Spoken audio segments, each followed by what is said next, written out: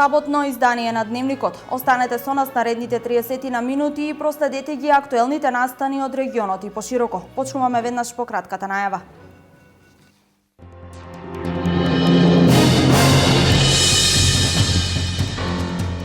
Партиите ги доставија кандидатските листи за пратеници за предстојните предвремени парламентарни избори до Државната изборна комисија. Најинтересно ќе биде во 4-та изборна единица. Снегот не може да ги изненади штипските јавни предпријатија. Освен за лихите на сол и песок, целосно е подготвена и механизацијата на јавното предпријатие Стипион. Дирекцијата за заштита и спасување на Република Македонија донираше сетови хидраулични апарати за пожарникарите од Кочани, кои ќе се користат за технички интервенции и при сообраќајни несреќи.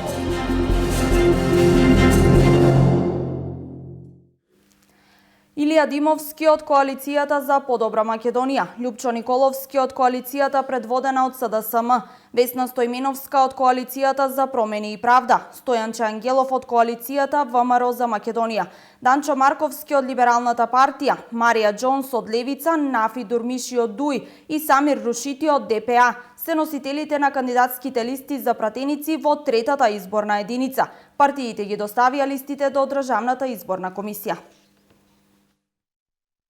Партиите ги доставија до Државната изборна комисија листите за пратеници за изборите на 11 декември. Граѓаните ќе имаат можност својот глас да го дадат за една од 4 коалиции, и тоа за подобра Македонија предводена од ВМРО-ДПМН, коалицијата предводена од СДСМ, коалицијата за промени и правда и коалицијата ВМРО за Македонија, или пак да поддржат една од партиите кои ќе влезат во изборната трка, како ДУИ, ДПА, ПДП, Либералната партија, Левица, Социјалдемократската партија на Македонија, БЕСА и партијата Народно движење за Македонија. Кандидатските листи ќе бидат разгледани и потврдени од членовите на Државната изборна комисија најдоцна до недела на полноќ. Жребувањето за редоследот на листите треба да се одржи на 20 ноември. Еве кои се носителите на листите за пратеници во 3-та изборна единица. Коалиција за подобра Македонија, Илија Димовски, Социјалдемократски сојуз на Македонија, Љупчо Николовски, Коалиција за промени и правда, Весна Стојменовска, Коалиција ВМРО за Македонија, Стојанче Ангелов, Либерална партија, Данчо Марковски, Левица, Марија Џонс, ДУИ, Нафи Дурмиши, ДПА, Самир Рушити, НДП и БЕСА се без кандидати за оваа изборна единица. Аналитичарите сметаат дека победата на предстојните предвремени парламентарни избори ќе се одлучува во 4-та изборна единица, каде носители на кандидатските листи за пратеници се лидерите на ВМРО-ДПМН и на СДСМ Никола Груевски и Зоран Заев. Зоран Заев е носител на пратеничката листа на коалицијата предводена од СДСМ, а Никола Груевски ќе ја предводи листата на коалицијата за подобра Македонија. Покрај нив, во истата изборна единица се и Љупчо Ѓоргиевски, поранешен лидер на ВМРО-ДПМН и сегашен председател на ВМРО Народна партија, кој е носител на листата на коалицијата ВМРО за Македонија, како и поранешниот разузнавач Слободан Богоевски, кој е носител на листа од коалицијата за промени и правда. Остануваме со политика. Носителот на листата на 3-та изборна единица од СДСМ Љупчо Николовски денес пред граѓаните на Делчево ги презентираше мерките за подобрување на стандардот на граѓаните, во случај СДСМ да ја добие довербата на граѓаните на предстојните предвремени парламентарни избори. Она на што е фокус во нашиот план за живот во Македонија се платите на луѓето. Затоа ќе ја покачиме минималната плата во првите 4 месеци на 12.000 денари, а до крајот на мандатот на 16.000 денари. Наш фокус и наша цел е просечната плата во државата да биде 30.500 денари. Тоа ќе го направиме со низа на мерки за подобар живот на секој граѓанин тука во Македонија. Не само што ќе се зголемуваат платите на граѓаните, туку ќе се намалуваат и трошоците на секое семејство. Во секое семејство на крајот на годината ќе влегува по една просечна плата како резултат на нашата мерка за враќање на 15% од данокот на додадена вредност во секој семеен буџет. 25 партии од коалицијата за подобра Македонија на чело со лидерот на ВМРО ДПМН Никола Груевски вчера потпишаа декларација Македонија 2020 за заеднички настап на парламентарните избори во декември. Борба против корупцијата и организираниот криминал, заштита на интересите на граѓаните, зголемување на економскиот раст и пораст на животниот стандард се целите за кои ќе се залага коалицијата. Ние, членовите на коалицијата за подобра Македонија, се обврзуваме дека ќе ги штитиме интересите на Република Македонија и македонскиот народ, како и интересите на припадниците на етничките заедници. Заеднички ќе се залагаме за унапредување на стандардите на сите полиња и обезбедување просперитетна иднина за сите граѓани. Наш стратешки приоритет останува зголемување на економскиот раст и на вработеноста, пораст на животниот стандард на граѓаните и подобар и поквалитетен живот. Нема да остапиме од стратешката определба за интеграција на Република Македонија во Европската Унија и НАТО. Свесни дека граѓаните сакаат крај на кризата, ќе работиме неуморно на нејзино надминување и во најдобар интерес на граѓаните. Пред почетокот на зимската сезона, снегот не може да ги изненади штипските јавни предпријатија. Освен залихите на сол и песок, целосно е подготвена и механизацијата на јавното предпријатие Стипион. Покрај чистењето на улиците и локалните патишта, и граѓаните имаат обврска навреме да го исчистат снегот пред деловните објекти. Штипските јавни предпријатија подготвени ќе очекаат стартот на зимската сезона. Во програмата за оваа година јавното предпријатие Стипион има предвидено да набави над 300 тони сол и 150 тони песок. Исто така јавното предпријатие за првите снежни врнежи ја има подготвено и механизацијата. Во јавното предпријатие Стипион ланските количини набавени на сол и песок стојат во нашите магазини, така да и да дојде до изненадување на снежни врнежи, ние сме спремни да интервенираме. Од друга страна, целата наша механизација е во добра кондиција, значи нашите возила се спремни, инаку располагаме со две нови возила, тоа е Мерцедес кој што има носил со 10 кубни метри и дополнително набавивме трактор кој што исто го обезбедивме со една приклучна машина која што во даден момент ќе биде приклучена за расфрлање на песок и сол. Покрај јавните предпријатија со почетокот на зимската сезона започнува и обврската на граѓаните кои кога има снежни врнежи редовно треба да го чистат просторот пред своите објекти. Казните за неисчистен простор се движат од 50 до 200 евра. Во зимски услови при врнежи од снег должни се граѓаните, односно сопствениците на објектите, пред нивните објекти, истите да ги исчистат. Значи доколку не ги исчистат, по законот за јавна чистота следува казна од 50 до 200 евра во денеска противвредност. Затоа сакаме да упатиме апел дека истите сограѓани кои што имаат своји објекти дуќани, значи пред истите треба да одржуваат хигиената. Доколку има врнежи од снег, истите значи ќе треба да бидат исчистени. За чисти проводни улици и локални патишта во Штип задолжено јавното предпријатие Стипион. За патната мрежа во земја во должина од околу 115 км е задолжено јавното предпријатие Македонија Пат. На 15 ноември стартува и врската за задолжително носење на зимска опрема за моторните возила. Сетови хидраулични апарати за пожарникарите од Кочани донираше Дирекцијата за заштита и спасување на Република Македонија. Истите ќе се користат за технички интервенции и при сообраќајни несреќи, информираат од територијалната противпожарна единица на Кочани. Противпожарни возила со помал капацитет на вода за непристапни места за пожарните единици на Штип, Велес, Кривопаланка, Тетово и Кривогаштани, а сетови од хидраулични апарати за пожарникарите од Кочани донираше Дирекцијата за заштита и спасување на Република Македонија. Од територијалната противпожарна единица на Кочани велат дека такви апарати досега имале, но овие се нови и пософистицирани и ќе се користат за технички интервенции, како и при вадење жртви во големи сообраќајни несреќи. Со оваа донација значително ќе им се помогне на професионалните територијални единици да бидат максимално оперативни.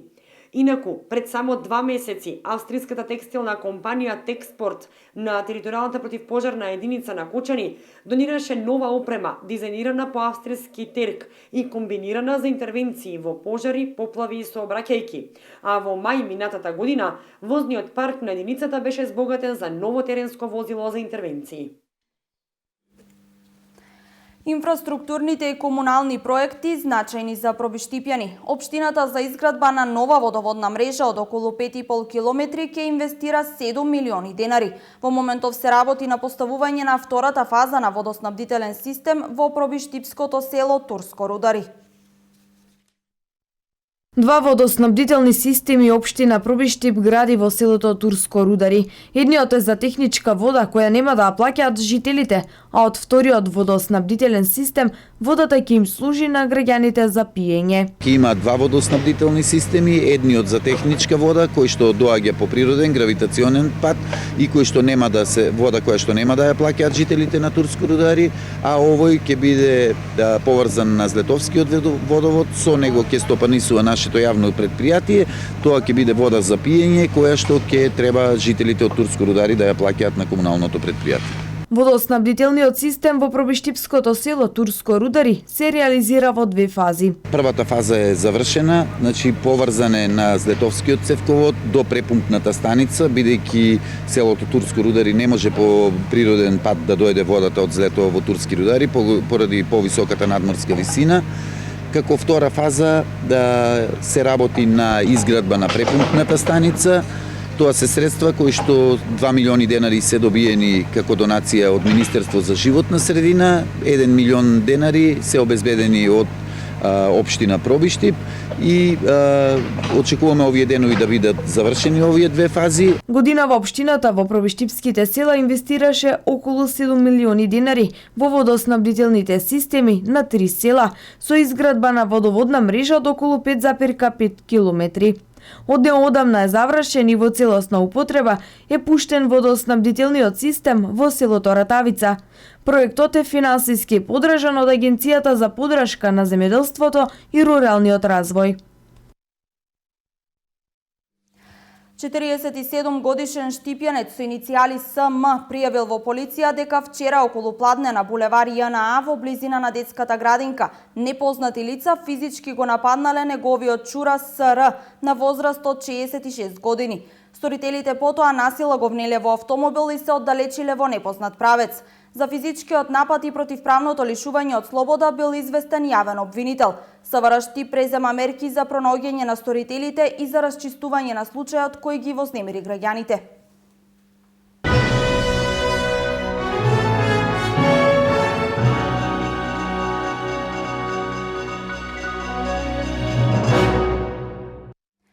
Поттикнување на критичкото размислување и изразување на тинеџерите и стекнување на знаења и способности за умна употреба на медиумите, кои се неопходни за учество во јавната сфера, е целта на новинарските работелници кои ги организираат Високата школа за новинарство и Весникот Нова Македонија.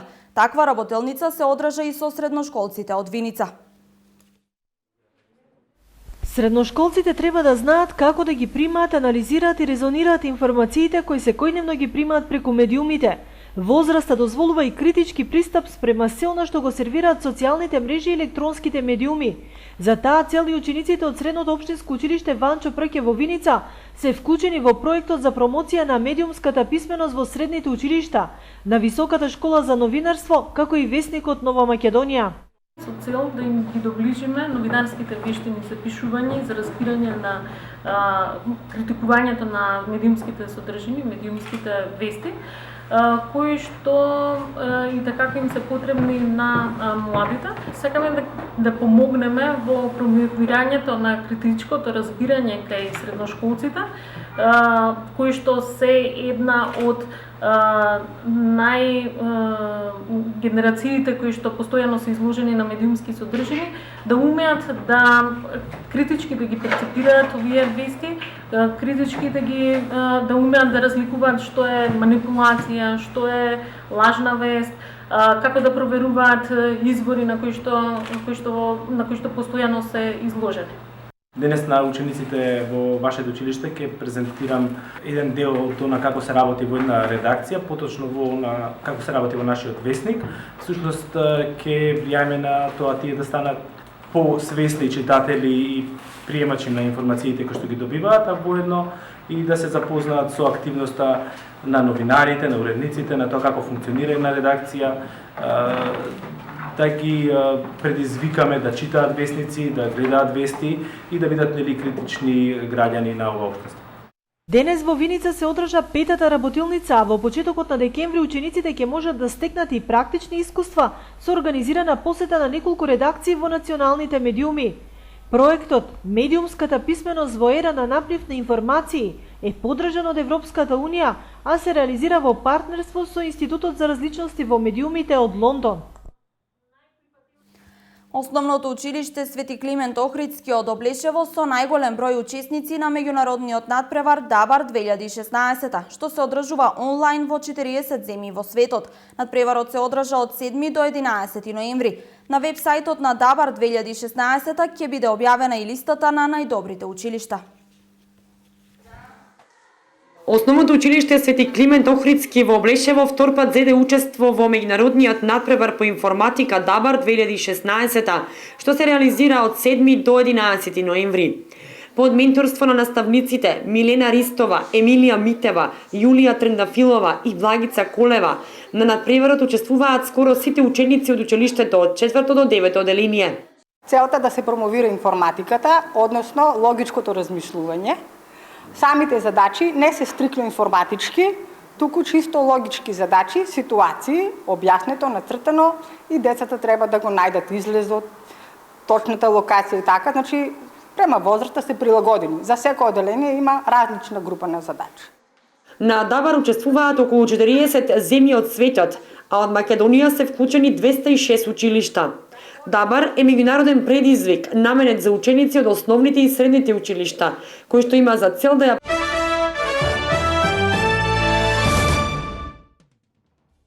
Грчките власти ја намалија границата за враќање данок на додадена вредност на странските државјани за купени производи, бела техника и облека во Грција. Ако досега за да биде вратен ДДВ беше неопходно најмалата сума на една сметка да биде 120 евра, сега сумата е намалена на 50 евра. За сметки од 50 до 70 евра ќе се враќаат 6 евра, додека од 70 до 120 евра сумата ќе биде 12 евра. Поврат на парите се врши или на фришопот на граничниот премин Богородица или на конкретните точки за враќање ДДВ за производи купени во странство во Скопје. Одлуката да се намали сумата за која ќе може да се врати ДДВ на странските граѓани е донесена за да се поддржат грчките трговски компании чии производи се нудат без данок. Грција досега имаше прилично висока гранична сума за повраток на данокот на додадена вредност 120 евра. За споредба во Кипар таа сума подолго време е 50 евра, во Португалија 62 евра, а во Шпанија е 90 евра. За да добиете повраток на ДДВ неопходно е да имате соодветен формулар кој го добивате штом побарате враќање на данокот при купување на производите. Формуларот треба да се приложи на грчката царина и важи 90 дена. Со низа комеморацијски настани овој викенд во Франција се одбележува првата годишнина од нападите во Париз во кои загинаа 130 лица, а стотици беа повредени. Со минута молчење и обраќање на председателот Франсуа Оланд започна вчерашната фудбалска средба помеѓу екипите на Франција и Шведска на Стад де Франс. На овој стадион беше извршен првиот од нападите за кој одговорноста ја презеде Исламска држава. Во минатогодишните напади во Париз џихадистите убија десетици луѓе при пукање во локали во центарот на Париз. Најсмртоносен беше нападот во концертната сала Батаклан, каде 90 лица беа застрелани за време на рок концерт. По целосно обновената сала вечерва таму концерт ќе одржи Стинг. Кандидатот за нов бугарски претседател, подржан од опозицијската Бугарска социјалистичка партија Румен Радев, води пред Цецка Цачева, кандидат на владеачката Граѓани за Европска Бугарија, пред вториот круг од претседателските избори кои ќе се одржат во недела. Поранешниот командант на бугарските воздухопловни сили води со 51% во однос на 40%, колку што анкетите и даваат на 58 годишната Цецка Цачева, која е претседателка на парламентот. Радев е ново лице во бугарската политика. Владеачката партија го нарекува црвен генерал, кој на власт ќе ги врати социјалистите и ќе предизвика замрзнување на европските фондови. Неговата предност е одраз на разочарувањето на бугарските избирачи од владата на премиерот Борисов, која не успеа да спроведе темелни реформи, ниту да ги сузбие корупцијата во една од најсиромашните членки на Европската унија, сметаат бугарските аналитичари.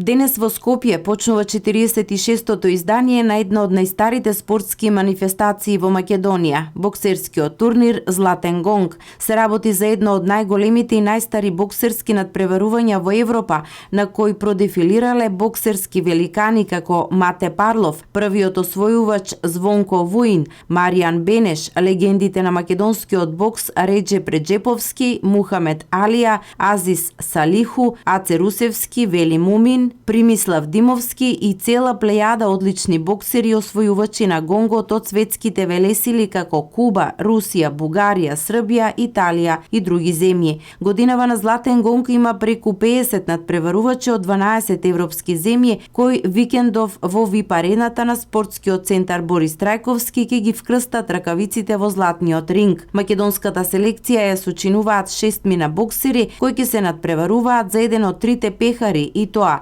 најпрестижниот Златен гонг за најдобар боксер, пехар за најдобар техничар и пехарот за најдобар македонски боксер. Пехари ќе добијат и најдобриот тренер, најдобриот судија и секако трофеј ќе има и за најдобриот странски боксер. Главен покровител на овој настан е Агенцијата за млади и спорт, која годинава одвои 900.000 денари за организација на овој боксерски турнир.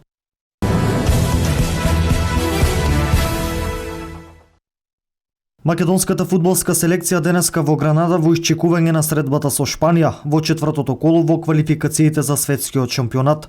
Избраниците на селекторот Игор Ангеловски се оптимисти пред овој голем предизвик, но во исто време се свесни против кого играат. Црвената фурија е една од најдобрите светски репрезентации, но селекторот на Шпанија има доста проблеми со повредените фудбалери пред пресметката со Македонија. Значително подмладениот состав под раководство на Игор Ангеловски ги одработи тренинзите пред големиот надпревар. Капитенот на македонската репрезентација Горан Пандев вели дека тој и неговите соиграчи можат да и пружат отпор на Шпанија, но за тоа да се случи потребно е сите да го дадат максимумот, а и спортската среќа која ја немавме на претходните надпревари да биде на наша страна. Надпреварот Шпанија и Македонија се игра вечерва со почеток од 20 часот и 45 минути.